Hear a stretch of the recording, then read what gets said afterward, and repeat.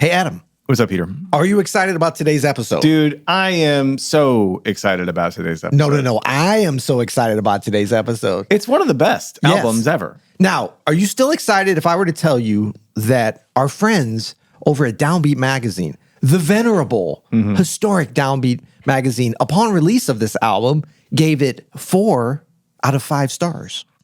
Yeah, I mean, I give their review 1 out of 1 billion stars. So...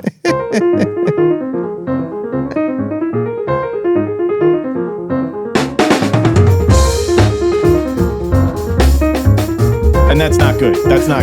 It sounds like it could be good. It's not good. I was about to say, what do you mean? I'm Adam Ennis. And I'm Peter Martin. You're listening to the You Hear It podcast. Music Explored. Explored brought to you by Open Studio. Peter, go to openstudiojazz.com for all your jazz lesson needs. Okay.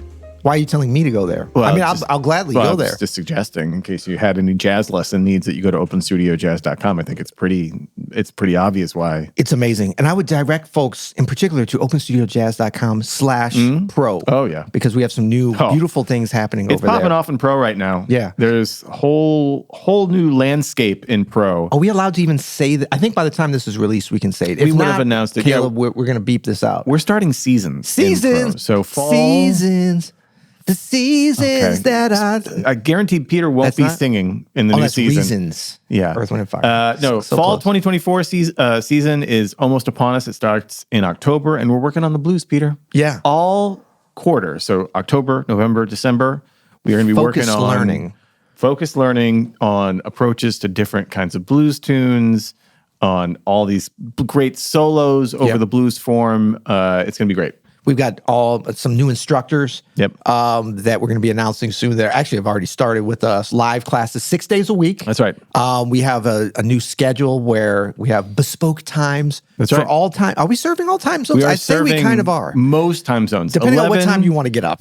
all Eastern times here, 11 a.m., 1 p.m., 3 p.m., 9 p.m. We have classes at every day on those times. On Zoom. Yeah. Ever heard of it? Yeah. All right, cool. So check that out, openstudiojazz.com/pro. But today we are talking about one of Miles Davis's greatest albums. You can make an argument that this is his greatest albums, and I wouldn't be arguing with you. I would put this up there at 1 or 2 for me. Right, which is kind of crazy because we've never talked about this album, and we've talked about a bunch of different Miles albums. But first of all, can we talk about how you say this album? Is it Nefertiti? I think so, but I wanted you to say it first because I think that's right. Egyptian goddess Nefertiti, correct? Yeah. Are you saying that in English or in Egyptian? I think it's the same in both. But you never question it. I'm definitely saying it in a Midwestern accent. Shoot, now I have to actually look it up. Nefertiti. Does that sound right, producer Caleb? I feel like that's right. That sounds good. No, not a goddess. Queen of the 18th dynasty of Egypt. Right. So real person, not from the mythology or something. That's correct. Right? Yeah. And let's just look at the album cover here if we haven't already, because this is an important record, and we'll talk about in our accoutrements section our thoughts on this. But this is just kind of to bring it back because this was not a super popular album. Did you know that? I didn't know that. I mean, at the time it came out. This has been like such a part of my musical identity since I was a teenager that I just can't imagine a world in which this album doesn't exist. Yeah. I think this is the pinnacle for Miles' second great quintet. I think this might be. We'll talk about it during Apex Mountain, but. I mean, this could be the best of... Are you climbing the mountain already? It could be the best see what's of up there? Wayne. It could be the best of Ron. It could be the best of Tony. It could be the best... Herbie's another story. But, I mean, I think this is the pinnacle of this band for me. No, it's great. And there's arguments to be made for a lot of other albums for sure. But I think this is, for me, the compositions, the playing, the cohesion. This is at the end of the run. They've been playing together for several years by this point. 4 or 5 years by this point. Yep. And it's just unbelievable. You know what I love about albums like this? And as we listen to it and talk about it, we'll kind of confirm this. I'd love to hear what you think. Yeah. The cover, the music, the sound, like this seems like it sort of happened. When was this recorded? 1967? Recorded in 67, released in 68. So it has the feel of something's a brewing, right? Something's changing. We're at a pivot point. In music, in the world. Oh, interesting. And a lot of times we look back and we have the historical context to be able to say that. But you can tell, like Miles is looking a little bit different in this picture. the way that it's framed, everything, the way that even though this is a band that he'd had for 4 or 5 years at this point, many great records. But what was what was the world looking like? What was the cultural context? Well, the cultural context around this, the number one movie was Stanley Kubrick's 2001: A Space Odyssey, which is also one of my favorite films, one of the greatest films ever made. I think whatever was in the water culturally in the late 60s. I mean, I know this is Captain Obvious here, but special time for art, for music, for film. Well, and I think this thing of like space and everything, think about 1968. In 1969, when we went to the moon, there was the whole Kennedy at the beginning of the decade saying, let's well, you know what it was? Moon. It was a summer of love, 67. 67, right. Everybody's all loved up. Yeah. So they're making good stuff.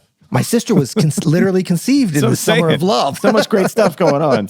But 1968 was when this released. 2001 was the movie. TV show is Laugh-In, so very late 60s vibe there. Yeah. Rowan Martin's Laugh-In. And how do I remember that show, yet I was born in 1970? Well, because it was, it wasn't even on reruns. I think it's just like a cultural landmark of, obviously so much of its time. Yeah. The president was Lyndon Johnson, but not for long. Actually, earlier in the month before this album was released, he did announce that he wouldn't be running for a second term. So you're saying that Lyndon Johnson, our venerable president from this great state of Texas, the Lone Star State, heard this album, and within a month, he's like, I can't go on. I have to stay home and just listen to this album, LP, stereophonic, in Austin, Texas, as opposed to running again. I don't know if, I don't think he heard, well, maybe. I feel like you're making a connection there. I think you should read his speech is awesome, by the way, that it's an incredible piece of history. I encourage everybody to read Lyndon Johnson's sort of resignation speech or why he's not running. Well, it's kind of relevant fascinating. to today with President Biden stepping down somewhat last minute. That was the last time something like that happened. That's true. That was kind of a thing. Also not related to Miles Davis or Nefertiti. Well, we don't know. We don't know. We can neither confirm nor deny that.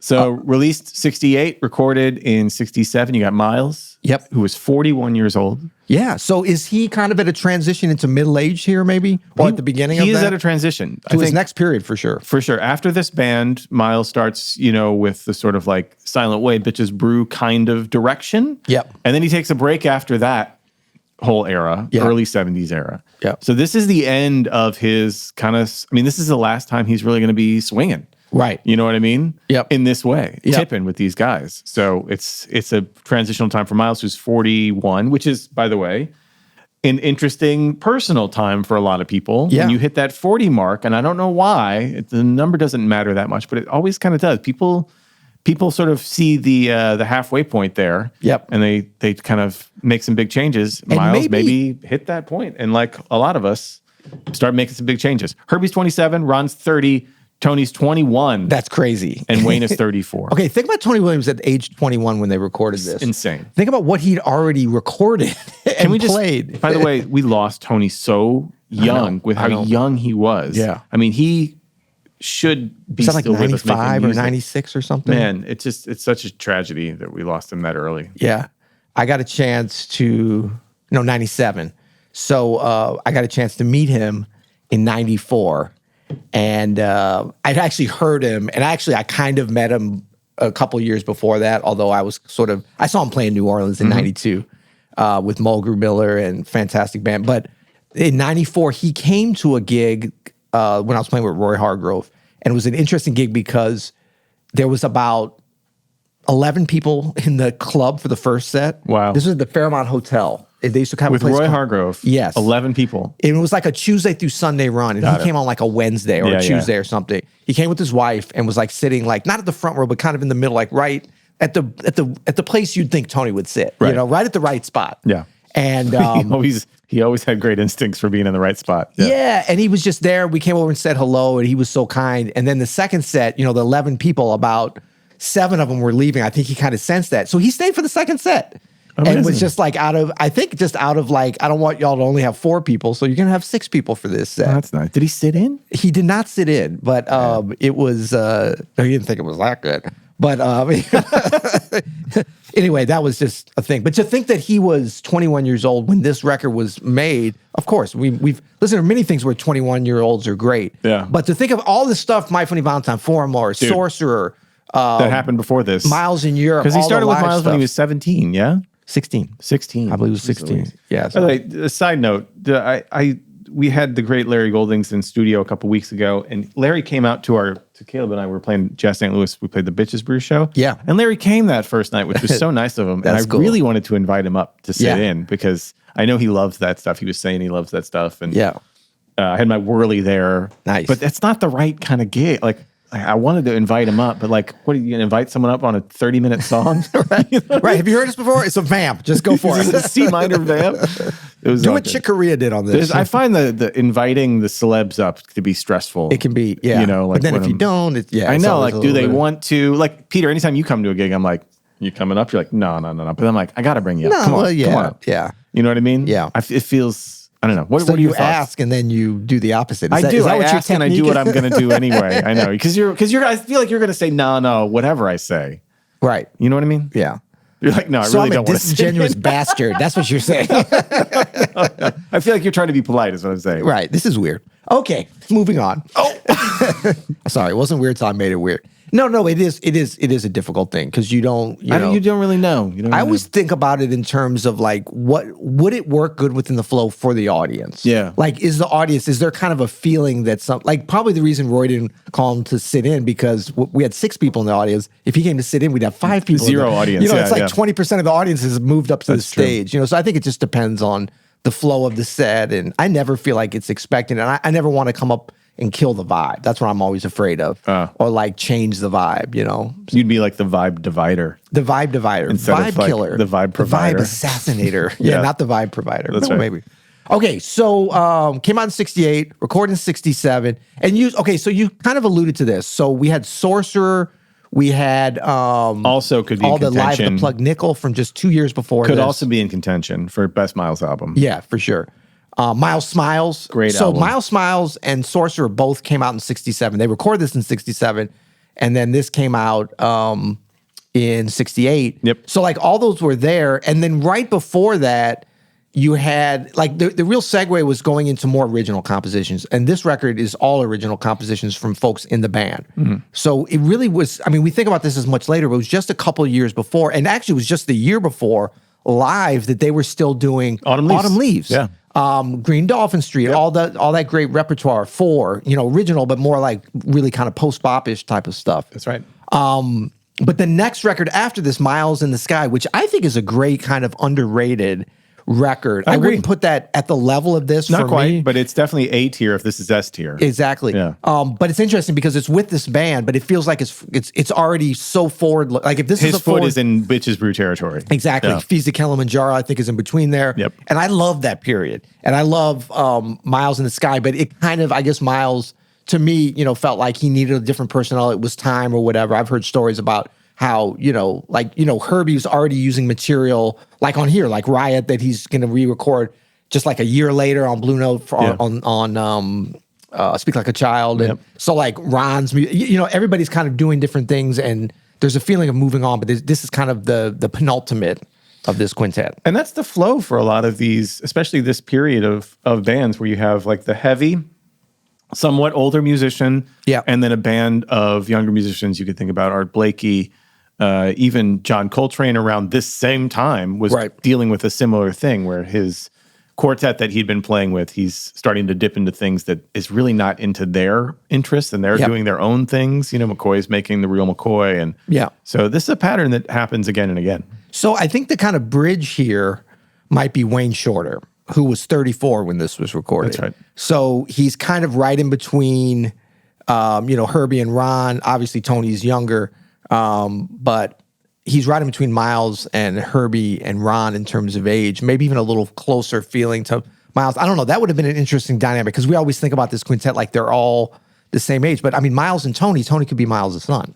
He's That's 20 true. years. There's 20 years apart. That's true. Yeah. And so I'm very interested in how the dynamic was with that. And there's some great stories about that. But also artistically, Wayne is maybe at this time the most fully formed as far as his Wayne-ness. Yes. He kind of comes out of Blakey's band with a real distinct sound as an artist. Yeah. That I think even people in their early 30s don't have as confidently as he has. It's almost Miles-esque. honestly, coming out of Charlie Parker's thing. You could say the same thing about Wayne coming out of Art Blakey's, that it's like, he learned the craft from a master, spending time in Blakey's band and writing, and a lot of those great compositions were Wayne's. Yeah. And then now he's like, starting with playing with Miles and even his own projects around the mid-'60s is like finally honing his skills as a composer and improviser that's not trained, and it's very distinct, and it's a very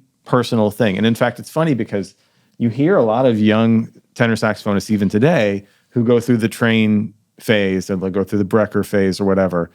And Wayne is harder, I think, to emulate without just being a total cop. It's almost like with Monk, like it's as a pianist, Yeah, because maybe there's more, Wayne was with us for a long time. That's right. There's more periods. Making great music all the way up to and I mean, compositionally, you have like huge different periods, and then just in terms of like his Blue Note stuff, the stuff with Miles, the Art Blakey, as you said, Weather Report. I mean, there was a diversity of types of output that he did his compositionally and playing amazing too. By the way, his own Blue Note recordings are unbelievable. Classics. Yeah. But I think so. To your point, in terms of Wayne really coming into his own compositionally here, just looking at, it's 6 tracks, 3 on each side. We go back to that kind of LP vibe. Do we have the back LP, Caleb?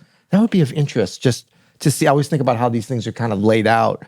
But you have 3 Wayne Shorter compositions. So out of the 6 compositions, that's such a cool picture of Miles. Is that like a feathered boa bed? Do you think I could pull off the handkerchief? I've been thinking about it. Rocking a handkerchief. That's not a handkerchief, sir. That's an ascot. Well, it's a scarf. Isn't it? It's a brand of. It's an ass scarf. It's a kind of. I've been pictured, button this up and have a. Yeah, I don't know. I think it could work. It's coming back. But there's 6 compositions on here, 3 of which are from Wayne's, and then the placement of these. I mean, and I don't want to say these are the strongest compositions, but I mean, in a lot of ways, Nefertiti, Fall, and Pinocchio, those are like some strong. I mean, everything on here is strong. Pinocchio is a friggin' banger. Yeah, man. of course. And Fall is one of the most beautiful. And think about how it's laid out. Nefertiti and Fall, that's 1 and 2 on the A side, and then Pinocchio is the closing track. So obviously Miles and Teo Macero, whoever kind of, talked about this, I'm sure the other musicians were by the involved. way, Fall and Pinocchio specifically are called a lot on gigs, on sessions. Yeah. It's not Pinocchio, unusual. 1, 2. 1, 2, well, no, 3, you'd 4. have to do some preparation. You're not going to call it on jam sessions. But, Pinocchio and B, 1, 2. Yeah. So anyway, we're going to get into that when we talk about. You know what the first chord of Pinocchio is? No. It's on the real book as A flat. Got a G flat in the bass, buddy. So it's like a Lydian situation. I think so. Right. Yeah. Interesting. Yeah. All right, cool. So we talked about that. Let's talk about the record. It was recorded, as we said, it was actually recorded on 4 sessions at CBS 30th Street Studio, which we've mentioned before. There's a bunch of records were there. What is that in Cincinnati? Yeah, exactly. East Side, East 30th in New York City. New York, right. It was known for many years as the church, because it used to be a church. It was like a Presbyterian church or something, and then CBS, and then later what became Columbia, I believe, or maybe it's the other way around. I think it was CBS first. Had actually been in there since like the 40s, I think, maybe even late 30s. But, we've mentioned this before, but I'm realizing like how many great records. What's the Pink Floyd? Is it The Wall? There's The Wall and Dark Side of the Moon are the 2. I think it was The Wall was recorded. I mean, there's some huge records recorded at 30th Street Studio beyond just jazz. Obviously, Kind of Blue, Monk recorded there, a bunch of stuff. I think Bob Dylan, some of his biggest stuff. And it's easy to be like, oh, this is Miles, this is Bob Dylan. These are it doesn't matter where they record. But I'm starting to think there's something special about this studio there. Should we go? Should we make a trip up to the studio? I believe it's been torn down. I know it's not a studio anymore. I don't know what's there. East 30th between 2nd and 3rd, or 1st and 2nd over on the east side. But it's just to say that like it was a very unique place. Yeah. You know what I mean? I mean, sometimes when you start to see, it's kind of like the Abbey Road in London and stuff. These studios, they matter. The engineer matters. The producer matters. The room matters. The room matters. Yeah. So this is what was recorded there. Teo Macero, longtime compatriot and producer for Columbia with Miles Davis, of course, and others. I mean, this is pretty much Miles's last fully acoustic album. Miles in the Sky is like partly acoustic, whatever. But like, this is really a turning point in terms of that. Let's listen to the first track. It's the title track, Nefertiti, and it is, I think, one of the greatest openings to any album ever. It is a showcase of the melody, of Wayne Shorter's beautiful melody. and of Tony Williams' insane drumming. I mean, really top level, high quality drumming. Doesn't get better. Here we go. I forgot I'm driving. Here we go. Pregnant pause.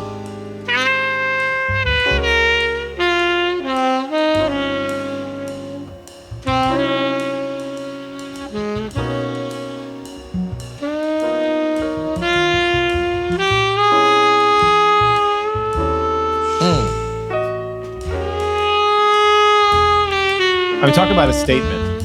This tune, the way they do it.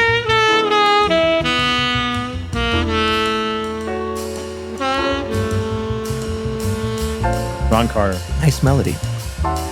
Ron Carter's going crazy already. Maybe the Oscar Peterson Award? Perhaps.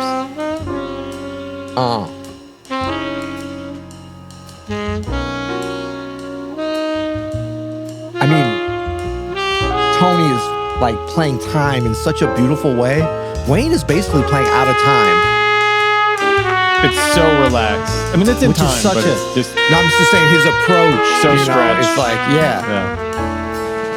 And then Ron is partly out of time, but in time at key moments.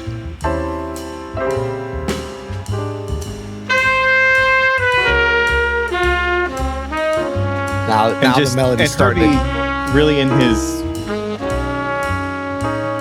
you can hear Herbie do this even today. Just splashes of color that happen on the piano. Yeah. It's not Hank Jones comping. No. It's not Bud Powell comping. It's very like Jackson Pollock, just like it's harmony. And then it's impressionistic. Yeah. It's cubist. It's like Tony's hi-hat work. I give that a 5 out of 5 stars. I'm gonna say all of his limbs are good. Yeah. Oh, he is not lame. You are correct, sir.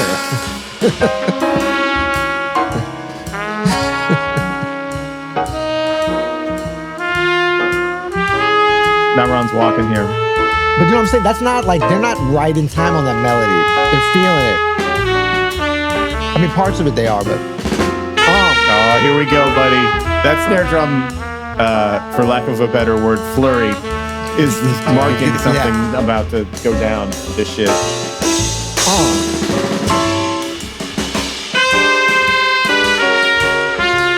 And you had all that great Ron Carter improv at the beginning. And then when he started walking, now you got Tony kind of, and Herbie's been the constant. Notice too that the melody's kind of tightening up. Yeah. And then this is basically like turning the normal quintet thing on its head. So usually have the rhythm section just tipping and the horn player soloing. Now you've got the horn players just repeating the melody and the rhythm section solo. Everyone's always like, there's no solos on this tune. I'm like, there absolutely is. There's 3 solos on this. This is my favorite solo, actually. Yeah.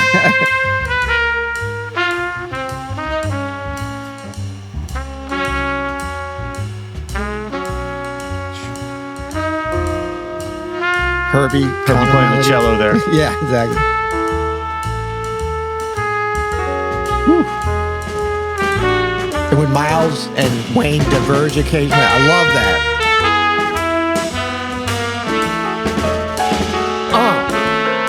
Cluster it, Herbie.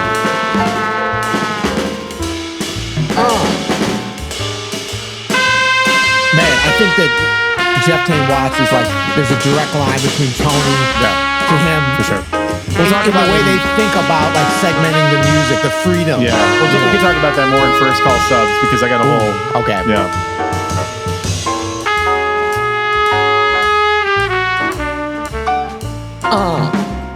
Woo! There's a lot of bombs being dropped. Tony's drum tuning. Yeah. Okay, I'm adding that to the whole...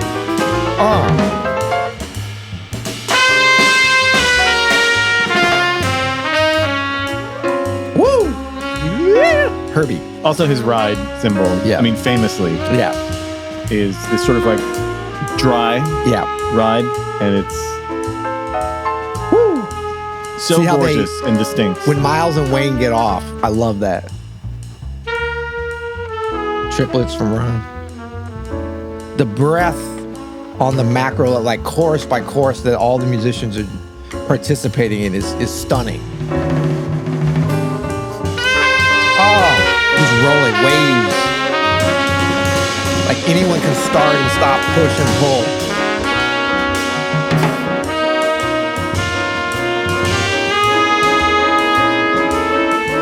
And the insight that Miles had, that this melody was so good, it's so fun. This composition was so good that you could just repeat it over and over again.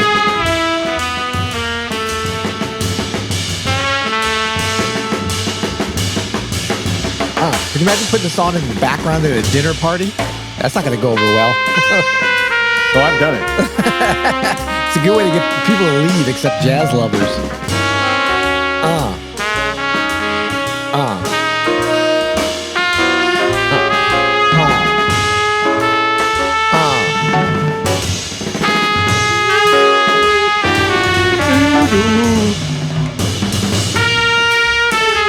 Get out of here. Man, it's goosebumps.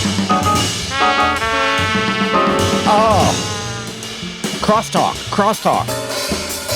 Oh.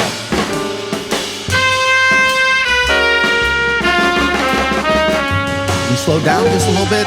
Breath.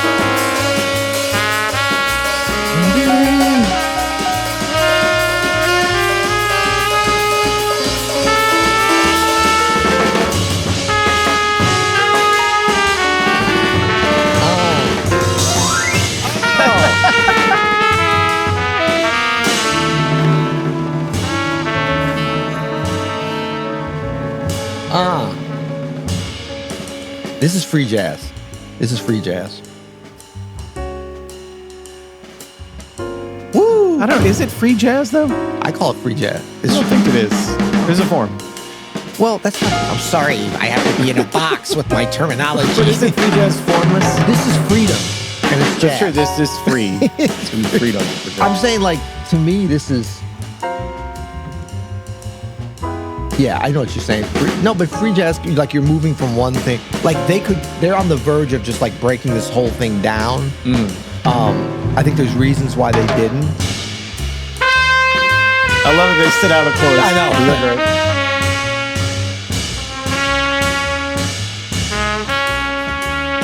It's just awesome. I have this. I know I'm skipping ahead, but bangers. Yeah. This is my banger solo. Is Tony Williams on this whole track? Yeah. I think he owns this album from this opener. Yeah. Well, the fact that it's the first track too. Man, it's like so moving. And also it goes to show you the power of melody. It's a very simple melody. But melody with harmony. Even though Herbie's has a lot of different approaches, I think that this composition, for sure, it's a stunningly beautiful melody. Oh, I love the way it is. It's like we're ending it now. I remember when that's what I'm saying. That's why I call it free jazz. Like the fact that like you can do anything on it. Right. Now, just because you can do anything doesn't mean you have to do anything. And a lot of people would say, oh, they're just playing the melody over and over again. How is that free? But like how they play it, how they pull with it, how they stop, how they play it. I don't know. To me, it's weird in just such a beautiful way, like the way that it ends. I think it's great. I'm surprised more people haven't adopted this as a form. Yeah. Of just, writing a melody. And I'm sure this is because most people can't write melodies. I mean, it's an underrated melody because it is so haunting and beautiful, and there's just enough going on, but it's still very simple. It's short. You know what I mean? And it's haunting, and so it provides this sort of like mist for the band to run around in. Yeah, it's very misty. It's very ethereal. I mean, but it goes a lot of play. It gets bombastic. It gets like tender, and so I think that it, as strong as the melody is. And a lot of people can write really good melodies, but this is a beautiful and strange melody. That's hard to do. Well, that's Wayne Shorter. Wayne Shorter. Like the intervals, like it's eminently singable, but it's not easy to sing. That's right. You know what I mean? It's memorable, but it's weird. And I think that like the harmony that's underlying it, even when Herbie's not playing the exact harmony, which is a lot of the time, it's still like that root and melody relationship is a big part of the composition. So it's like, yes, you can make a beautiful melody and do it over and over again, but there's a depth, there's a width and a depth to it. There's a texture to that melody. There's this clip going around of Joni Mitchell talking about Wayne Shorter and what she likes about Wayne Shorter. Yeah. And she describes their working relationship worked so well because they both are painters. They both also paint. Yeah. And she said they would talk about and she would ask him she would describe what she wanted to him visually as a painter. And she said he knew exactly what to do and exactly what she was talking about as far as textures and visually how to make that translate onto the saxophone.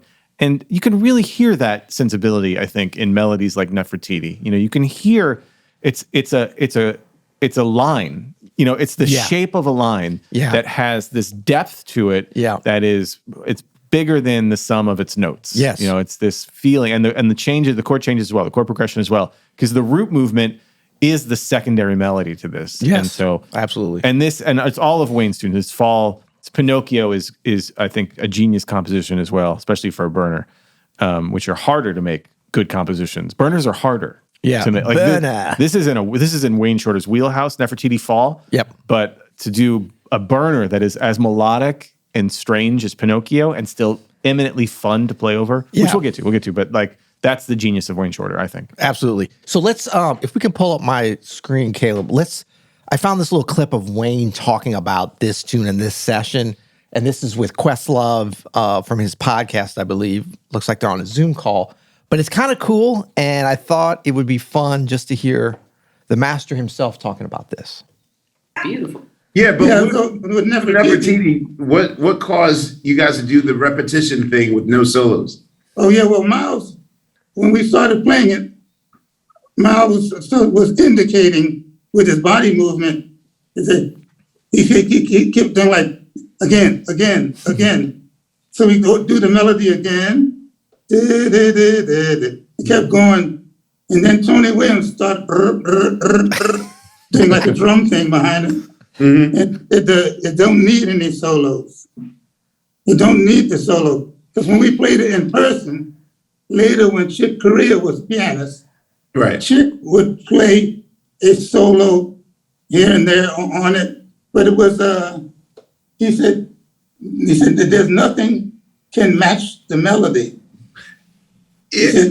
What we heard, I went to Sweden and got one. Yeah, so that's just like a little. We'll link to this whole interview because it's very cool. It's not long. It is super interesting.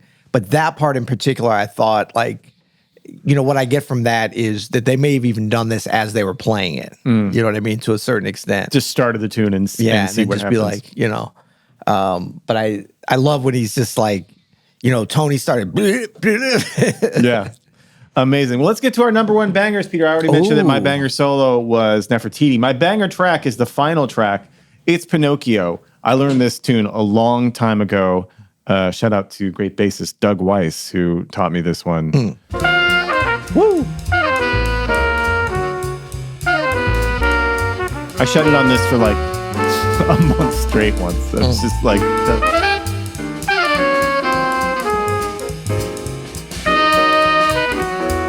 I think as a composition, to be this singable and to be this weird. Yeah.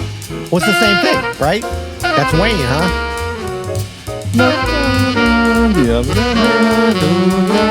And how many young composers have tried for this vibe? Still, these kinds of tunes are still being written. I know. And there's a timelessness to Wayne's compositions, even like the earlier ones.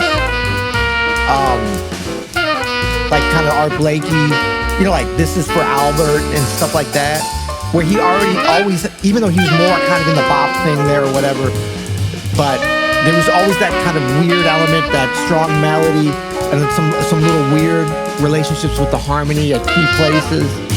Great. And again, the melody over and over again.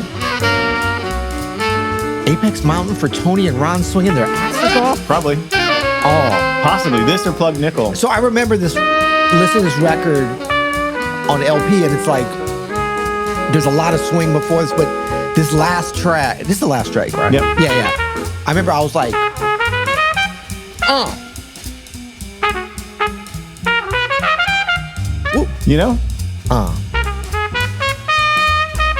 Woo, nuance.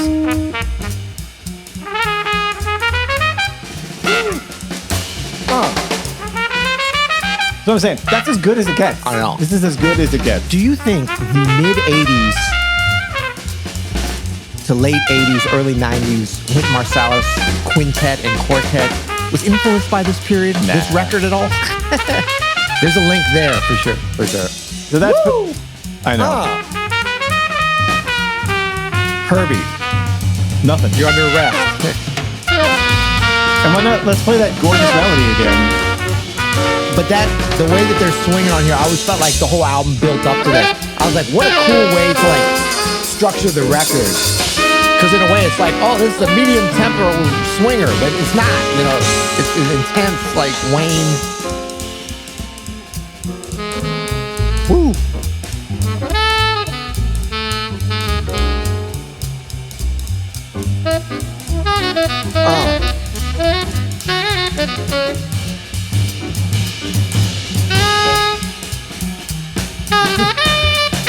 That's as good as improvised music can get. Wayne plays the most beautiful solos so well. Like he demands that you either like listen to it and you get pulled in, or that you just totally ignore it. There's no in between. As I talk over it.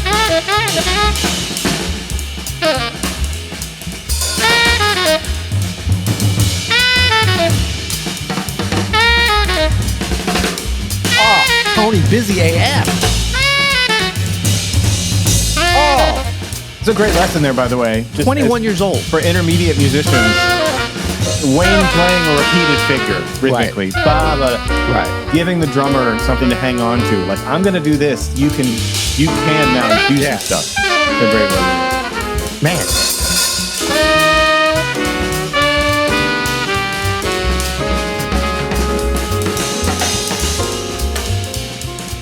Caleb, we got to add this to trio rep, man. Oh. Now this piano sound I enjoy. Shout out 30th Street. Herbie's playing here, too. It's unbelievable. Oh, Tony, just all up in the mix. This is a killer solo.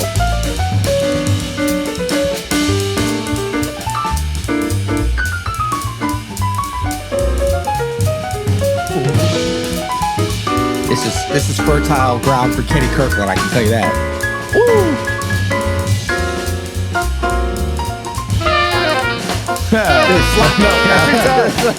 Awesome. That's Pinocchio. That's my banger track. Peter, what do you got, man? All right, so you know this is hard, but I have Fall, and maybe we can just listen to a little bit, because I think as great as Pinocchio, I mean, it's funny. It's just been all Wayne tunes so far. Well, because Wayne is great. Genius. Sue us. We love Wayne. Yeah. So Fall, I think.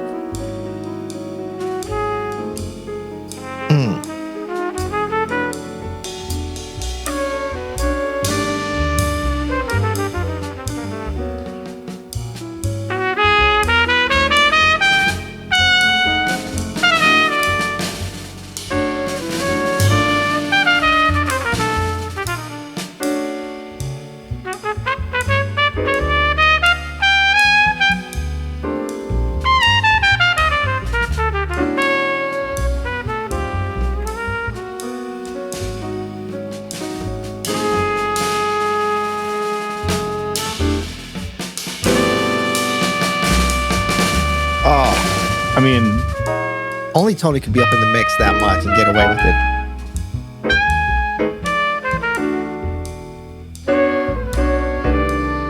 Ooh.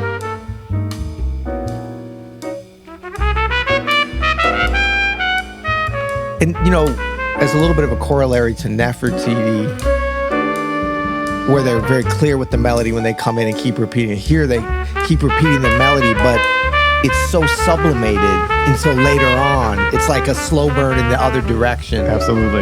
You know? And I mean, Ron Carter plays some of the most stunning Ron Carter bass work. It's not lines. I mean, there's lines, but they're just like melodies and like his intonation. And he is one of my things that I have underrated on this, because this might be his best playing from this period, which is crazy. There's an argument. I mean, he's the most recorded bassist in history. Yeah, but this could be the best record he's ever made. He's as far as he has a freedom level on this. I mean, Sorcerer too. I mean, but this is like. But it's like, I think for everybody here, that's what I'm saying is like, could this be the Apex Mountain? Because here you have a bunch of youngish masters who have been in Miles's band for 4 years. Yeah. And then they're handed a collection of tunes that are maybe the best material they've had to work with. Does Ron have frets on the bass? His intonation's perfect. But you know what I mean? It's like weird. you hand these masters these masterful tunes, specifically the Wayne Shorter tunes. Yeah. Nothing against the Herbie and Tony tunes, because they're all great. Yeah. But these are special. We might not even listen to those at this rate. No, we will. But these 3 Wayne tunes are special tunes. All 3 of them. Yeah. And to hear masters like Tony and Ron and Herbie deal with these is special. But like, I wouldn't say, oh, this is a great solo too. But like Ron. Oh. It's like if you had Daniel Day-Lewis, if he was in like... And then they come in, if you had Daniel Day-Lewis and he was in just like Law and Order, right? Yeah. And it's fine. And he's Daniel Day-Lewis. He's amazing. You really believe him as the prosecutor, but then you give him There Will Be Blood, and it's like... everything's lined up. Yeah, and then it's like... cinematographer, smokes, director, supporting cast. This is a highly interactive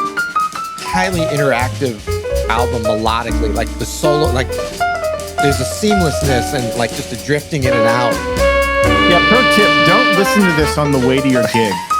Because you will be in your head trying to make You'll this. be in your car just sitting listening while the gig starts. But you will try to recreate this and it won't happen. Yeah. And so that's bad news. Yeah. All right. Let's move on. I mean, I could just luxuriate in this. That's fall. That's Wayne Shorter's This reminds me, like, you go to the greatest restaurant and you've got like 5 chefs. Like you're in the middle and they're just surrounding you. Like, here, can we bring you this next? 100%. Here it is. And it's like, it's going to be too much, but you're somehow in California, it works. everything's in season. Yeah, totally. Okay, so you're in Missouri wine country and they're bringing you beautiful scuppernog. No, that's not. So PM for your solo, you have hand jive and you have Miles' solo and maybe Ron's. Yeah. And this is Herbie's tune. Is that right? This is Tony's tune. This is Tony's tune, sorry. Yeah. Herbie is Madness and Riot. Yeah.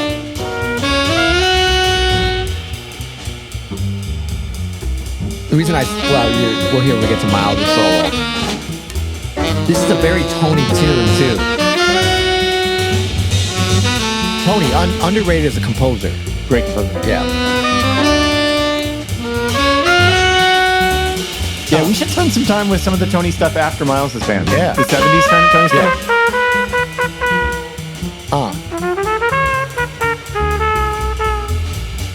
Again, Herbie starting with nothing. Right. Yeah.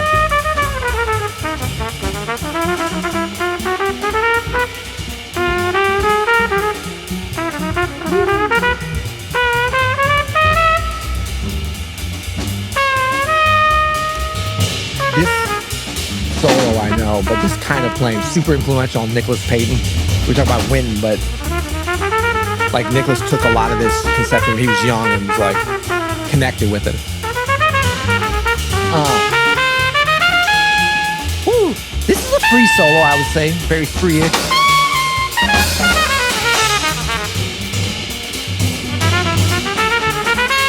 Did you say free? Yeah, you bristle. You I don't think you know what. I don't think you understand what Dude, free I'm not means. stuck in the free jazz definition from Wikipedia like you, man. Wikipedia. Peter's listening to rhythm changes. He's like, this is free. No, but there's a Listen way how to free they are. play free on top of rhythm changes. That's just out. Whatever, man. No, but playing out is just like, I'm out, then I'm in. There has to be an in. This is free, man. Listen to how Miles is playing. He don't know the changes. He don't care. As our listener, have you ever noticed Peter when he does an avatar of someone? It's always like he's stiffing up of anybody. Wow. Wikipedia Adam, I call him. Oh. Anyway, that's Wikipedia, Adam. That's enough. Like, so Miles' playing is at a high level on this whole, in a way. Well, we've been jumping to Apex Mountain. We got to start putting the Apex Mountain earlier because that's all we've been talking about. Let's go down. We're going to skip over underdog. We'll get back to over underdog. That. So our Apex Mountain here is this the Apex Mountain for Miles' second quintet? I'm going to say yes. Yes, indeed. The only thing that I would say, can I say yes with a caveat? Please. I would say plug nickel. I think which is weird because it's not really an album. There's like they recorded a couple nights. It's a box set. It's a box set, exactly. But I could see the argument for that. But not as an album. As an album, I say yes. This is Apex Mountain. Yeah. As like for Herbie's playing as part of it, but that's not what we're talking about. We're talking about for the whole quintet. I'd say yes. I think Sorcerer. You can make an argument for Sorcerer. Yeah, Miles Smiles. You can make an argument for. Miles Smiles is a little more raw, which is fun. I think Plug Nickel. You can certainly make an argument It's for. just a wild. Like, it's live though. I mean, it's just like. But I do think of all those, this is the one that I, for whatever reason, for me personally, I keep coming back to more than the others. I agree. I mean, I agree that. I mean, I don't know if I probably over the years Sorcerer I've listened to a little more, but that's just no particular reason. But I would say like if I really sat down, like someone was like, recommend one album to represent this quintet. I think I agree. I think I would say this one because this is the perfect one. It's not necessarily like the most accessible. Nope. But it is. None of it really is super. Yeah, none of it is super. I mean, you're not gonna be like Plug Nickel. Well, yeah. Which one? The whole box set. Yeah. But this is a refined record. I would say this is Apex Mountain. I wasn't even planning on saying this. I think this might be Apex Mountain for sound engineering of a Miles. I can't believe I'm saying this. No, I disagree. Like he's already saying. I disagree. I don't know, man. I mean, of course, Kind of Blue is looked at as the gold standard for that, right? I mean, there's many. Is that what you were going to say? This could be in the category. This could be in the conversation, but I think you would also have to include Porgy and Bess and Sketches of Spain in there as well. I think you would have to put even Birth of the Cool for the era is an incredible sounding album. Let's take those out and say those are larger group things. So if we say small group, up to a quintet or whatever. Kind of Blue has to be in the conversation, right? So that would be Kind of Blue, but Steam working really the Prestige stuff. This later Columbia stuff. There's something. It's like for acoustic the quintet. Prestige stuff is boring, but good. Some of it's good, not all of it. The bass sound is not great. The sound, I mean, the sound is boring. It's like just like regular. If if there was just regular bright light on the stage or whatever. Yeah, but it's really accurate. Well done. It's very well done. But I think this is better. I agree, and I actually think this is better than Kind of Blue. The sound. I disagree with that. I think Kind of Blue. I think this is Apex Mountain for Miles Davis acoustic small group sound quality. I think it's close, but I just, for whatever reason, Kind of Blue just tips it. There's something about the piano on that I think is a little bit punchier that I like. The bass is a little bit. Man, this bass is so good. I know that it's apples and pears. Drums at and this bass, point. and I mean, I think Kind of Blue is more. There's more sheen on it. Yep. There's more verb on it. Or chamber, however they did that. I know more, but there's the different. Yeah. It's a different. I mean, it's the same studio. It's the same studio. Yeah. But the mix or the mat or however it was, however it was done is just. I mean, like they definitely hit on some magic for Kind of. Like I think Kind of Blue is such a desert island, smooth jazz, or OG or whatever you want to call it, like record for the masses because of the sheen and the sound. I mean, of course, the playing. We've talked about that. We have. And this kind of record, maybe it could never be for the masses, no matter what, because of the not aggressive nature of the way they're playing, but just like this is such like the rewards you get from this are just like staring at it and being like, holy shit, this like it's like something that you see out like someone like a Lamborghini comes along. You could just stare at it and be like, that's dope, and see it do its thing. And like this is kind of like that, but it demands your attention. Not to say that Kind of Blue doesn't reward that, but it doesn't demand like you can have that floating in the background a little bit. Kind of Blue, it's got that vibe and it's got the, and that's why I'm starting to wonder, is it the gold standard for the greatest jazz record of all time? It might be. It's up there. There's 9 years difference between Kind of Blue and this, and if you think about how the culture changed here in 1968, it's just not as like the culture in general. Now counterculture is starting to move towards the front, and weird things are becoming popular, like in things that aren't just trying to make people feel good or feel cool or feel sexy. You're talking about drugs, aren't you? I'm talking about drugs and sex are now like coming out into the open, right? And becoming really a part of teenage culture, of young people culture. Right. And this album reflects a little bit that change of like, we're not, and also all these musicians are about to start reflecting that change more and more of like, we're not here to just like look cool and make you feel cool about us. We're here to express something deeper. We're here to bring out our own weirdness in not, it's not always pretty. It's not always the Kind of Blue sheen. Right. It's not always this feel good toe tap and swing. There's some other stuff happening in human beings that we're trying to reflect here. Yeah. And for the first time in American popular culture, that is being celebrated And I mean, you could see it with the popular music as well, where the Beatles here are in their psychedelic period. You got Sgt. Pepper's coming out in 67. You got all this stuff happening. You know, all those bands that are obviously, I mean, come on, like Hendrix and 68, 69, all that stuff that's going on around this is certainly influencing the jazz musicians as well.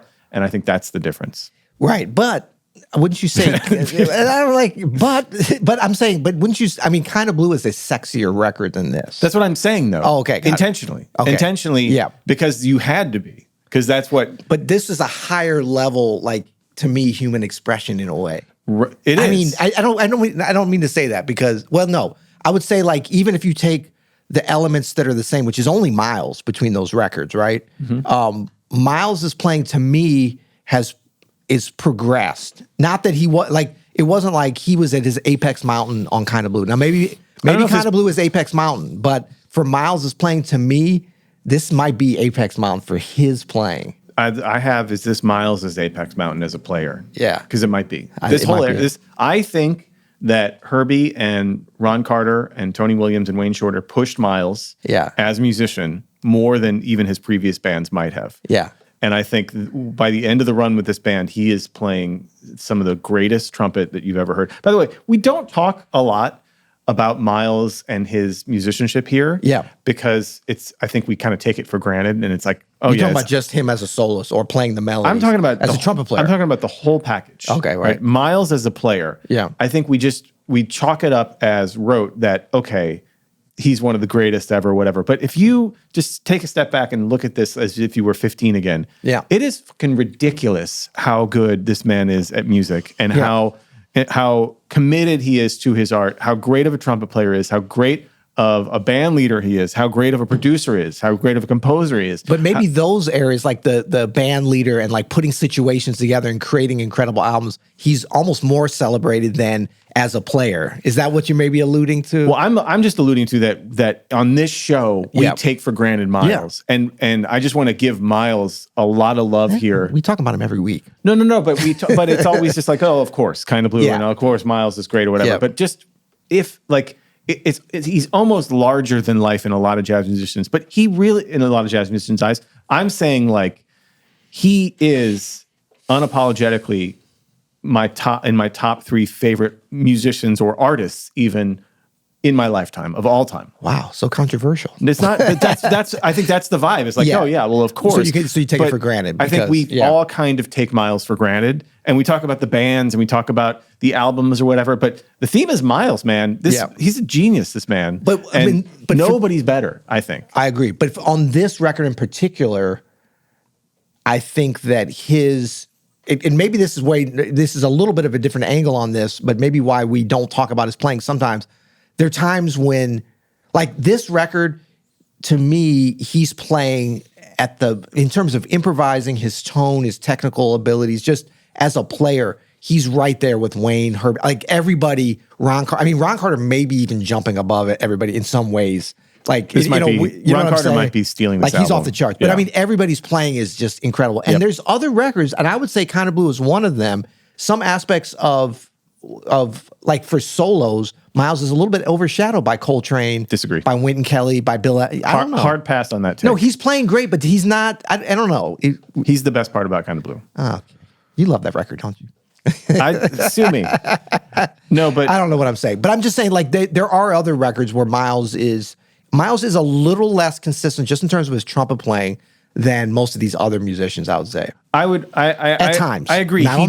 He doesn't get the sort of like fireworks love that someone like Freddie Hubbard or Lee Morgan is going to get on the instrument, but we all know that that's not the case. But at times, like on this, he's hitting it. He is. I mean, obviously. I mean, when we all talk about, as artists, when we talk about getting better on the piano, we talk about like, okay, like sing what you play. Don't overplay. You don't have to be so flashy. You can play less. You can do less, do more with less. Yeah. Miles so confidently gets his ego out of the way when he's performing music that it's just what is the perfect thing for the song in a way that takes you as an audience member into this place of like, I am going somewhere that, I don't know if Freddie Hubbard can do the same kind of thing. He's not the same kind of player. Yeah. And so it's a real treat, man. And I just feel like I just want to just give a little shout out to Miles And I know, again, we always copy it with, obviously Miles. But it is if you step back and look at it, it is amazing. Yeah. It is truly, truly a mountain of brilliant music for 50 years. You know, it's incredible. Yeah, totally agree. So can we, to sum up our Apex Mountain segment, can we say that, I know we're talking about like the great, possibly Apex Mountain for this quintet, but is this album Apex Mountain for Miles Davis acoustic quintet records? That's a good question. I kind of think it is. It should be in the discussion. Because that would at least get us out of, we could get out of Kind of Blue, because that's not a quartet, that's a sextet. And also, Peter, I've gotten to know more the My Funny Valentine album, because it's such a favorite of yours in recent years. That is high level as well. I know. And obviously you put Kind of Blue. I think you could put Someday My Prince Will Come. I think you could put the Prestige things in there just as a work. But which one? Working Steam. I mean, Relaxing probably. The Black Hawk Live. I think the live records are a little different because a little, but there is live. Something to be said for acoustic Miles. For studio records, I put this. I'm going to say Apex Mountain. I for acoustic quintet records. It's either this or KOB, but it could be this. Well, that's sextet. Well, there you go. Oh, that's true. Is it? Wait, can we jump back up to? Oh, we still apexing? Is it Apex for Tony? Well, I would. Apex Mountain. Is this where he's 21 years old? It's hard for me to say that because of that. I'm thinking he's 21. How could this be the apex? But is this the best record he made with Miles? And if that's the case, would this be his professional Apex Mountain? The Lifetime, some of the Lifetime record just for his playing, although I wouldn't put those records above this necessarily for me personally, but maybe for his playing, he's going apexing a little more. What's a better Tony Williams album than Nefertiti? Well, yeah. You know? Okay, you got me. And it could be Ron Carter as well. And then we're talking about... I would say Ron before this, although that's harder because he's been on more records. He's been on thousands and thousands of records. First Take, Roberta Flack. Could that be Apex Mountain? We could sit here and name them for the rest of the show, and he crushes on all of them. There's none that his playing is better or more imaginative than this. That I can say. I would say this could be Ron Carter's Apex Mountain as far as just again, we're talking about just personal playing. Yeah, you're giving, the greatest actor alive, the greatest script, right? So you're giving the greatest bass player alive the greatest material to work with, and he's crushing. But Ron Carter's lines on Autumn Leaves and on those, buddy, I know. It's, all of you. I don't think this is Apex for Wayne Shorter, and I don't think this is Apex for Herbie Hancock, because they have their own careers where they make their own records that I think are more them than this. Yeah. And I think I was going to say Herbie is probably the only, I didn't even think you could make an argument for Wayne outside of saying that his whole recordings, but in terms of his playing, but he's not doing as much playing on this as he does on a lot of other records, so it'd be weird. And it's kind of same with Herbie, although Herbie's great on this, but he's I could name a bunch of other records of Miles' that I think he's equally as good. Yeah, this is tough. I think this is one of Herbie's best with Miles, but for me, Wayne at the Plug Nickel is the best Wayne Shorter with Miles that I've heard. And Herbie at Plug Nickel is also very good. Also very good. And Tony. Herbie and the whole band. Herbie on 4 and More My Funny Valentine. All right, we're treading water here on this. How about some underdog, overrated, underrated? I have underrated the entire album, as we mentioned before. We haven't really talked a lot about Nefertiti on the show, but I think it is underrated and not talked about as much as some of Miles' other. Well, if we're going to rate it as high as we're rating, it's definitely underrated. I don't think there's a lot of people that are like, well, actually, no, let me just read this thing from how it was received a little bit. This is from the Miles Davis illustrated book thing, Ashley Kahn, and with great stuff from Ron Carter and Herbie and everything. In May 1967, the quintet recorded Sorcerer, an album that, when released in December, featured an intense side profile picture of Cicely Tyson. Sorcerer is an uneven album, with Wayne Shorter contributing most of the tunes. By June 1967, Miles had the quintet back in the studio to record. First of all, that's not true. Sorcerer is not an uneven. I mean, what's uneven? I mean, you might say you don't like it, but it's not an uneven record. By June 1967, Miles had the quintet back in the studio to record an album that would be called Nefertiti.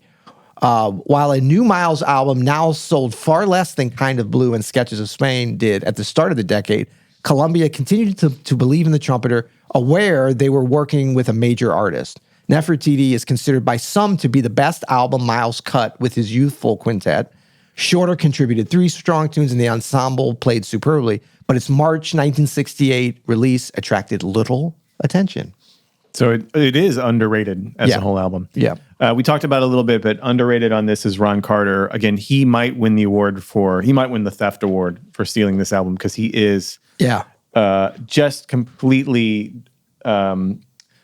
everything. It's like every note he plays is both fresh, like he's just thinking of it, and predestined, like it's the best thing that could have been played. And that's, I think, for an improviser, the highest compliment is that it feels completely fresh and also feels like the perfect choice. Agreed. Yeah. I would say underrated from this record is what I mentioned earlier. The horns playing while the rhythm section solos. That is as opposed to underrated. the other way.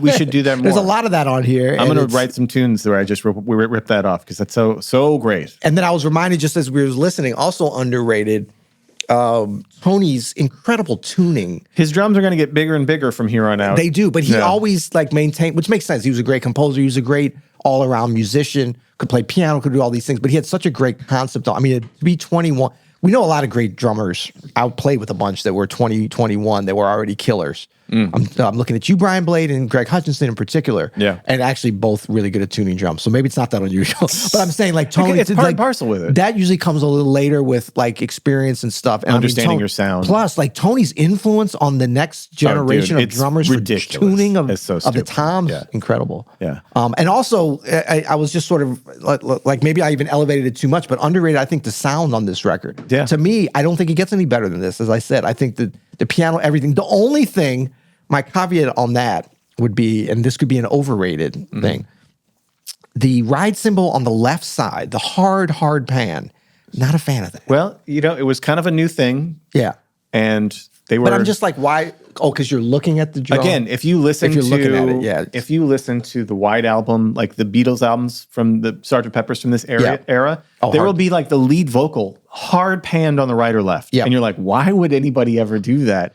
But they were just toying with this stuff in the studios for the first time ever. I love I think the hard pan is what gives the drums. I mean, the drums are like all over this record. You listen with some good cans or some good speakers. Yeah. I mean, he is dominating the sonic spectrum. For real. Just to me, I want to hear that. Is that weird though to hear? Because I'm kind of a drummer myself. I guess I'm thinking of the ride cymbal being on the right. It's weird. Just disorienting. I know you're looking at the drum set like that. I got overrated 251s. Apparently, Peter, we don't need them. We don't need them. We don't need any 2.5s. Even when they're in there on this, no one's playing them. Yeah. Like doesn't matter. There's no overrated functional harmony. Don't need so it. They are playing freely, is what you're saying. Overrated the term freely. Okay, I got one for you. Is this overrated or underrated? Yep. Not comping for extended periods. That is underrated, my friend. Agree. We all as pianists, we play too damn much. We do. Sue us. We play, but Herbie didn't on this. No, but importantly, it's not just like you play too much or you're too busy or whatever. I think what it is it's an extra color that we don't utilize nearly enough. Yep. Silence is a color that you can choose to use, and Herbie is brilliant as anybody. And like I said, his style of comping too, again, he's not Red Garland where he's, where he's like helping to propel the tip along. He is doing colors. So it's more just like, it'll be silent and then just like, exactly. Yeah, and you'll feel these like, and then he's got a lot of that. These little sparkles. Yeah, these little clusters. Exactly. He's got some crazy shit happening. It is again, as a visual artist, like a painter would add texture with different colors, different brush strokes. That's what. And the way he does it is totally free.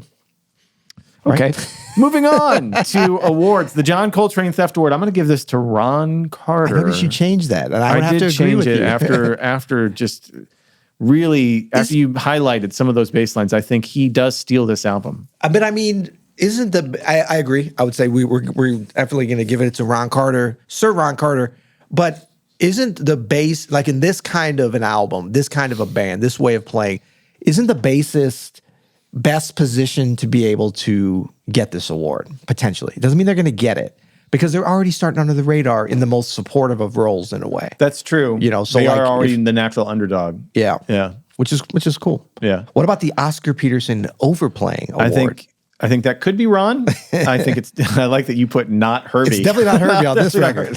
I think you got to give it to Tony Williams. Yeah. I think absolutely. He is 21 years old and full of vigor, and it comes out. But that's what you want in a 21-year-old drummer. You want that energy, I mean, and again, to overplay in the style, not in the style, but in the spirit of Oscar Peterson, where like there's very little, if anything, that somebody could analyze or to show me that Tony's playing where it's like, oh, he could ease back a little bit on that. It's just youthful exuberance. Yeah, that's but all now it is. A lot of drummers take some of that stuff and play it and I've been on those gigs. Oh, yeah. And it gets in the way. Like there's a musical lens that you have to look at this stuff Absolutely. through. And Tony had it. You know what I mean? Absolutely. So the better of a musician and a player and all that kind of stuff you are, technician, of course, the more you can overplay and get away with it. First call subs. Now, in Piano Chair, this is interesting because both Keith and Chick are about to join Miles' band. Right?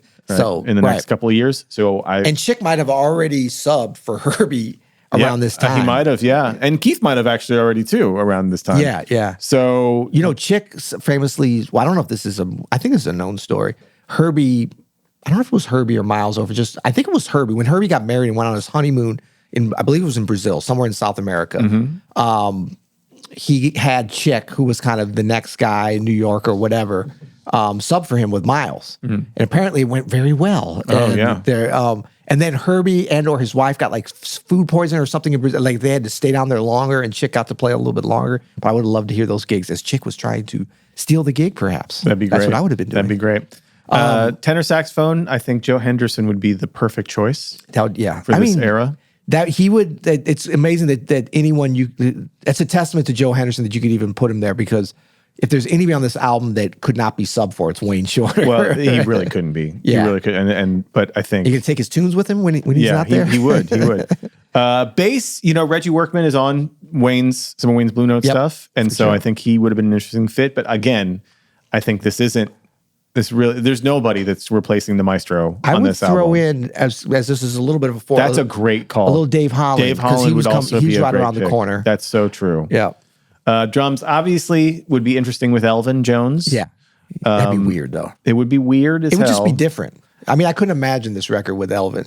We got to throw Hutch in the mix. Hutch could do it. As usual. Yeah. Hutch is in the mix. The last one you have, though, could be the ultimate. The ultimate sub would be Tane. Now, he was just a baby. He was not born, I don't think. Well, maybe a couple years old, yeah. But Jeff Tane Watts would be an incredible choice to replace Tony. But again, I think with all 5 of these musicians, there's really no replacing them. Jack DeJohnette, very good. Disagree, but okay. Okay. No. I hear you. He would be playing with Miles in a couple of years. I'll toss in Clyde Stubblefield. He could groove his ass off. Hard pass. No? I just don't think it works. I just don't. No. Okay. I love those guys, but not on Steve this. Steve Gadd. Nope. No? Okay. I'm sure they would all crush it. Dave Weckl. He's got a channel. They all crush. Okay. But that would be hard. I couldn't imagine anybody but Tony. Okay. But I think Tane, because we got the trumpet. We didn't really talk about trumpet. Obviously, Freddie Hubbard. But it's. I mean, Freddie. That would just. It'd be a Freddie Hubbard album. Yeah. Freddie's so. He just takes over sound wise, technical wise. His artistry is very specific and especially in this time, very fiery. It would be a different thing. So. Side note, but our FedEx driver, does he know what kind of neighborhood this is? Because somebody could just go and take those goods off of there. Hopefully, we got see that right there. Should we make a shout run out for it? FedEx? Where is he? He's probably in our building right now. I'll grab the top shelf. You grab the middle shelf. I mean, is this neighborhood changed that much? That's great. Oh, look, there's the police. All right, we're good. Well, if anything happens, we're going to be filming it. So. Okay, so you know what I was just thinking with this first call subs thing, and because we already do this with Hutch anyway. What's interesting to think about.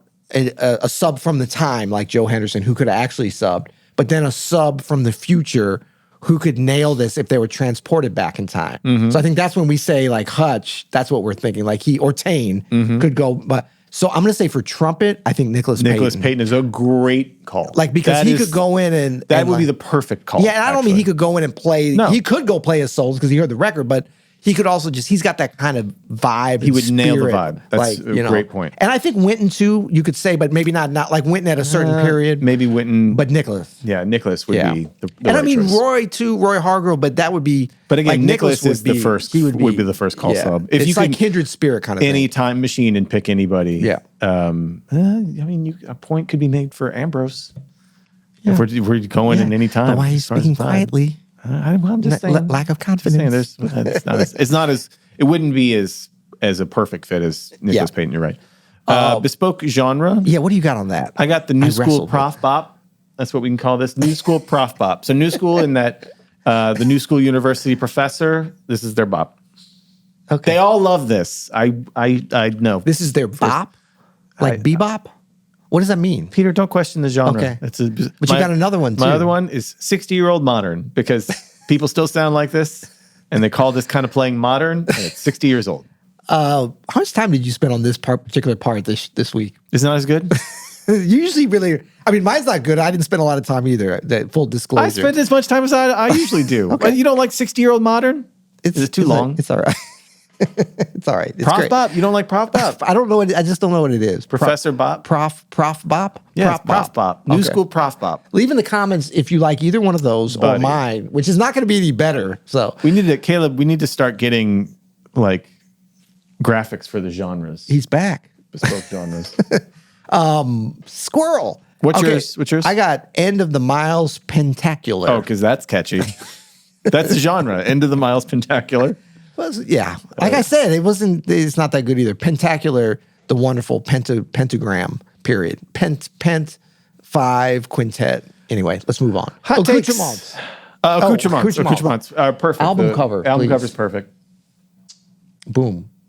That's the back. Cover's perfect. The back is great. Miles' outfit is killing. So the light behind his hair, that's a high level. It's not a portrait. What do you call that? It's a artistic. It's a profile. A profile. But like the symmetry, we always are looking at that. Like the light going out in the back where it just becomes. I mean, it's very pensive, obviously expressive. It's that color, that late mid 60s color kind of palette. And his hair is getting longer than it would have been a couple years ago. He's like, don't bring no acoustic piano. You come strong with the whirly on the next record. It's coming. It's coming. Yeah. It's great. And then Miles, we don't talk about, is that his leg or his arm behind him? I believe it's his shoulder. Shoulder. Okay. His leg? Well, no, What, I is mean he like squatting, Peter? No, What's I he guess he's not that talking flexible. No, I mean, wait, his arm, but does he have a singlet on? That's His weird. leg? And then he has some kind of, the ascot perhaps. No, but it's just, and then the bokeh in the back. I know you're a fan of that. Gorgeous. And just the entire palette of it all. Yeah. And I mean, Miles, I don't think I'm speaking out of bounds here to say that was known and truly was an attractive man. Would we say that? I mean, the full package. Attractive human. This is why he was such a superstar. He was a rock star before there was rock and roll, and he lived that life. But he kind of knew how to like model to the camera. You know what I mean? Like absolutely. He had a look. He didn't just show up and be like. This is what I'm saying. Like, we take it for granted, but how important is the entire artistic, his milieu? Like, the whole thing with Miles is important. What he wears is important. He was a fashionista. His car is important to the music and his image. Like, the whole thing is important. It's a great lesson that we don't just have to be practice room nerds, that we can actually like consider the same things that other genres of music consider, which is the artistic expression of our person. Yeah. Miles is a great example. Being like the Prof Bop genre? Prof Bop? Okay. Moving on. Anyway. Hot takes. I have no hot takes for this.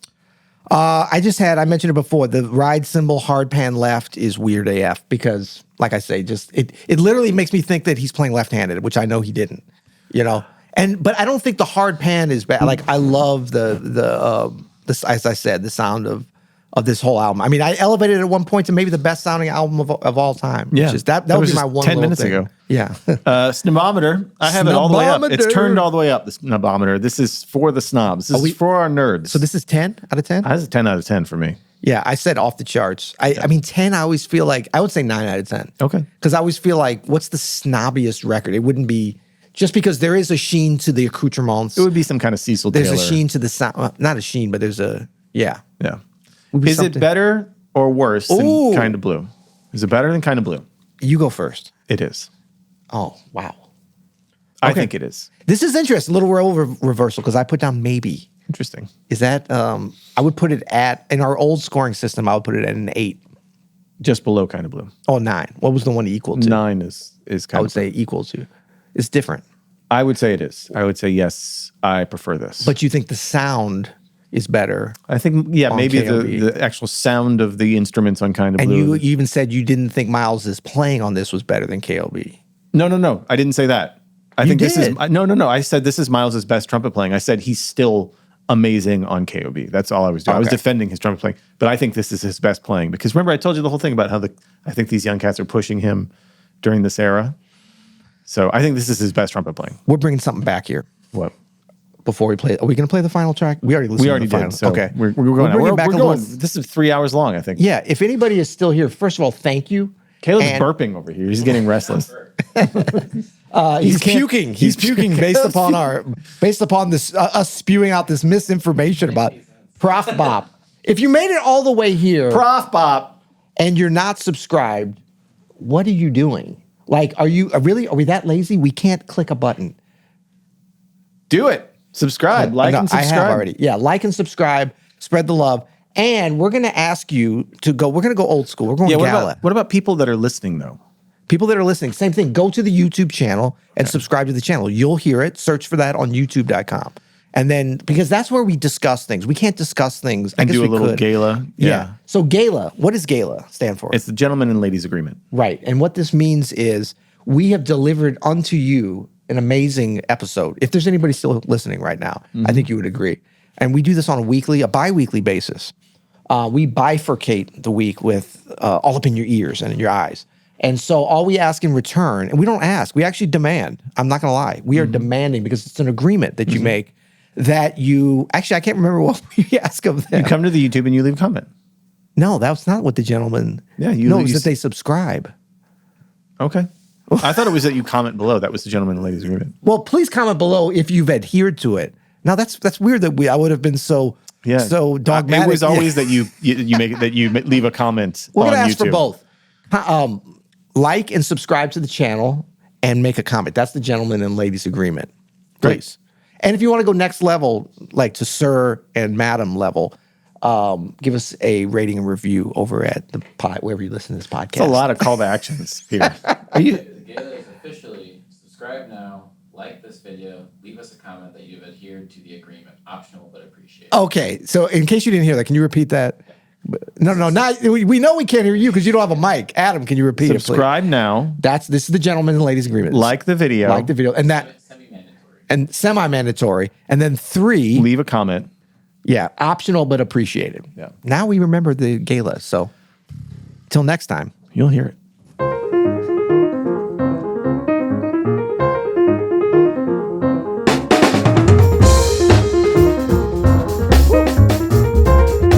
long was that?